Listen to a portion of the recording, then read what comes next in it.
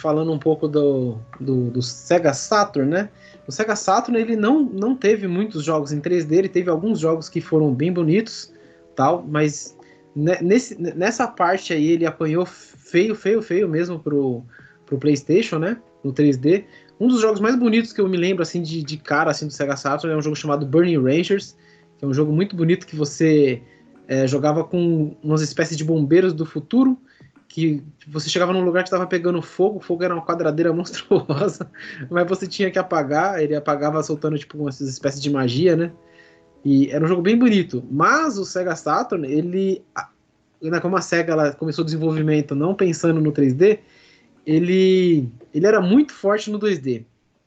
Né? No 2D ele ganhou do PlayStation, mas como aquela época, né, a tecnologia, o que fazia sucesso era o 3D, você tinha o 3D nascendo nos videogames ali no PlayStation, né, de forma mais bonita, digamos assim, e você tinha muita coisa nos cinemas também, né, meu, o 3D tava em ponta. Acho que foi nessa época que saiu ali o Jurassic Park, se eu não estou enganado, né, e aí você tinha, beleza, não era um 3D, mas era uma era, como é que é o Não, nome? Jurassic Park era 3D. Era Não, não, 3D renderizado. eram bonecos, mano, eram Tinha os bonecos, bonecos também, mas tinha grandão. 3D Tinha renderizado. 3D também, tinha 3D também, exatamente. Então você já tinha aquele boom do 3D no mercado, então não teve como.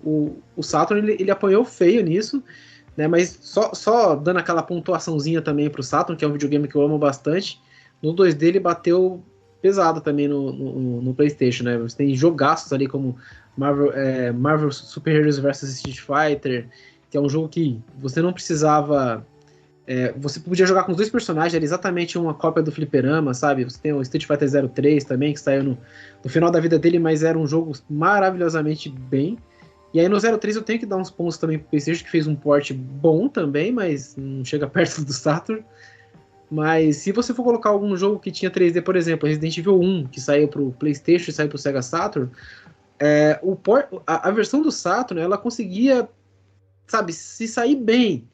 Mas se você colocasse uma lado a lado, você percebia a diferença gritante na resolução menor, nos quadrados mesmo, né? Porque o Saturn ele fazia polígonos diferentes, enquanto o PlayStation trabalhava com triângulos, né? O Saturn ele ainda trabalhava com quadrados, né? Só que ele não tinha aquele hardware para demonstrar uma capacidade maior com os quadrados. E aí você via o jogo ele ficava com um aspecto bem mais quadradão, bem mais feio, sabe? Menos O realista. negócio do Saturn em jogos 2D, ele brilhava. Né? Ele foi feito para rodar os fliperamas da SEGA. É isso. Né? O marketing tava em outro momento. É a mesma coisa que, por exemplo, a Nintendo vendendo o Wii U dela com aquele tablet que não serve para nada. Entendeu? Sendo que os tablets já estavam sendo vendidos, né? Já existia tablet, já existia. Como é que fala? Aqueles. Aqueles notebooks. Esqueci como é que se chama. Aqueles notebooks simplesinho que eram tipo um tabletzinho. Os netbook? Netbook. Já tinha os netbooks, já tinha os tablets. E a Nintendo querendo vender uma coisa. Então, assim, o problema do Saturn foi esse. O mercado tava olhando pro 3D. O 3D se vendia sozinho, não importava que jogo você fizesse, se ele era em 3D, ele vendia mais que um jogo em 2D. Tanto é que, por exemplo, tem a clássica embate da Konami do Castlevania, né? O Castlevania, o Igarashi queria fazer um Castlevania 2D, e aí a Konami falou assim, você tá maluco? O mercado tá pro 3D, nunca que vai fazer sucesso. Tanto é que o Castlevania, ele, em seu lançamento, naquela época, ele vendeu muito pouco. Ele vendeu 600 mil. O Castlevania, ele foi um jogo que fez muito sucesso pós.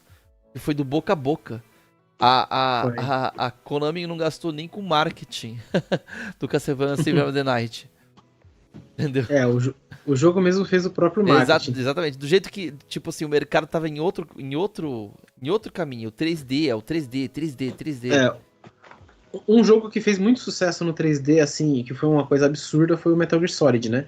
Que o Metal Gear Solid ele é um jogo que ele implementou ali, no caso, um cenário, uma parada meio de cinema mesmo, né? Você tem um personagem tipo um espião ali invadindo uma base, você se sente ali na pele dele, né? Porque você tem aquele cenário todo bem imersivo. Né? Foi um jogo muito, muito bem feito. Eu ainda acho até hoje um dos jogos mais bonitos que tem para PlayStation 1. Né? Ele realmente é um jogo impressionante. Eles conseguiram disfarçar que o personagem é bem quadrado, mas utilizando como é que é o nome? Utilizando as texturas em cima do 3D, né, você consegue mascarar ali e dar mais realismo pro personagem. Então, o Metal Gear Solid até hoje ele tem pro PlayStation 1 ele tem um visual que me impressiona, cara. É um jogo bem bonito, né? É um jogo bem cinematográfico e é um marco também, né? Então muito jogo pesado mesmo no PlayStation 1, né? E o 3D dominou essa geração aí que não teve muito o que fazer. Você tinha comentado até do Nintendo 64, o Nintendo 64, mesmo ele entrando um pouco tardio nessa luta, ele tinha uns jogos muito bons também. Zelda, Majora's Zelda, Mask, Ocarina of Ocarina of Time, Time, eram jogos que você via ali essa coisa cinematográfica, né? A Nintendo utilizando muito bem o 3D, utilizando o 3D para dar ângulos, criar cenas como se fosse um filme, entendeu? Coisa que o mercado em si ainda estava engatinhando, a Nintendo ela veio com esses jogos e conseguiu fazer algo que ninguém achava que era possível num videogame, entendeu? Sim, sim. Mesmo com gráficos inferiores. Uma coisa que me incomodava, sempre me incomodou no Nintendo 64 depois a gente descobre o porquê, depois que você vai atrás, que você tem sim os parâmetros técnicos, como é que funcionava um videogame ou outro, é porque ele tinha muito gráfico borrado, né? Você tinha muita textura que era borrada enquanto no PlayStation você tinha um erro também que era o warp de textura, que eram as texturas pulando, se você olhasse tipo uma parede reta e você andasse um pouco, você via que ela se distorcia toda, né? Mas aquilo meio que ficou um charme do PlayStation na época, né? Meio que ficou um charme, mesmo sendo uma falha de desenvolvimento do aparelho mesmo, né? Aquilo é uma falha do PlayStation. No Nintendo 64 você não tinha isso, mas você tinha uma memória. Eu diria que a memória que você coloca as texturas, ela é muito pequena. E aí, para caber a textura lá, eles tinham que deixar ela com a pior qualidade possível. Então eles deixavam ela bem borrada, né? Tinha até um efeito, acho que era uma espécie de blur que eles colocavam, e a Sim. textura ela tinha uma resolução baixíssima. E você via muito borrão em alguns jogos, né? E você via aquela. Ficava meio feio, entendeu? Porque na hora que você queria fazer uma cena, que você dava um zoom num personagem, você olhava aquela cena e falava assim, meu, tá Que é horrível. isso, né? Tá horrível, eu não entendo. Que é isso? O que você quis mostrar aqui? Entendeu? Então tipo. Não funcionava em todos. Tinha que tomar esse certo cuidado, não chega muito perto, né? É que nem quando você vai, tipo, vai falar com o teu crush, só que você tá com uma espinha na cara. Aí você, tipo, vai falar com ela assim, tipo, tapando assim, onde tá a espinha, tapando a cara, virando o rosto. Pra ela não ver a espinha aqui desse lado. Entendeu? Tem que fazer isso. A Nintendo, ela, tipo, não fazia.